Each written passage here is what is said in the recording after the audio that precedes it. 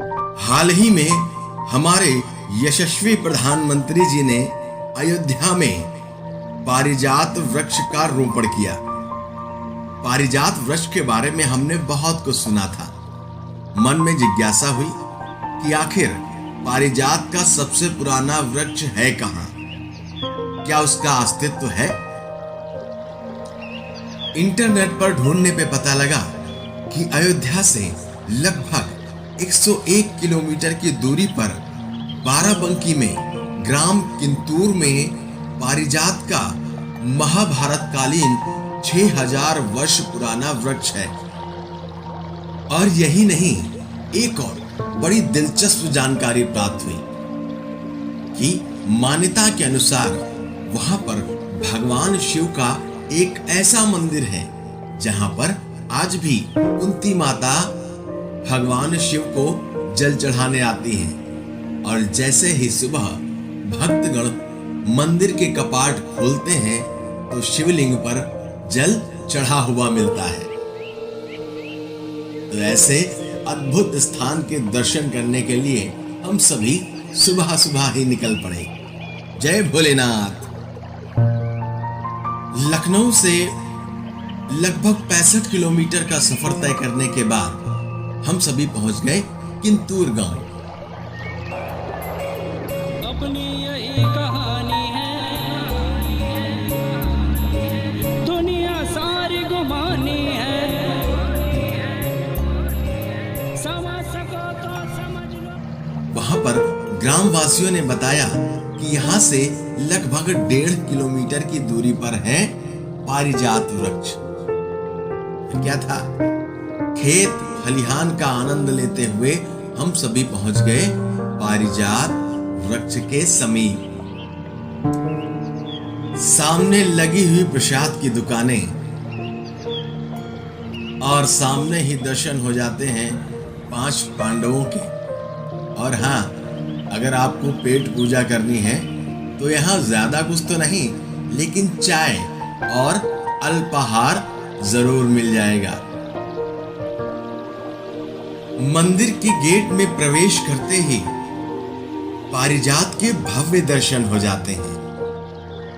मान्यता तो यह है कि यह वृक्ष समुद्र मंथन से निकला था और ये लगभग 6000 वर्ष पुराना है और इसकी ऊंचाई लगभग 45 फीट है। सुनने में तो 6000 वर्ष कितने कम लगते हैं, लेकिन सोचो तो जानो, काल के कपाल में कितनी पीढ़ियां समा चुकी हैं। और अगर पूरे विश्व में महाभारत कालीन का कोई गवाह है तो यह पारिजात वृक्ष। कई लोग तो यह सोच रहे होंगे कि समुद्र मंथन के बाद यह पेड़ बाराबंकी कैसे पहुंच गया, तो ये भी बताते हैं। जब देवासुर संग्राम हुआ, समुद्र मंथन हुआ, उसमें से जब निकला कल्प वृक्ष, तब इंद्रदेव यह वृक्ष लेकर स्वर्गलोक चले गए। और इधर जब पांडवों को अज्ञातवास मिला तो माता कुंती के साथ यहीं पर किंतूर गांव में वे रहने लगे। और उसी दौरान कुंतेश्वर महादेव की स्थापना हुई और माता कुंती ने कहा कि मुझे भगवान शिव की अर्चना उन्हीं पारिजात के पुष्पों से करनी है। तब अर्जुन ने भगवान श्री कृष्ण के आदेशानुसार पारिजात का वह पेड़ स्वर्ग से लेकर यहाँ पर आ गए। तब से यह पेड़ यहाँ पर उपस्थित है।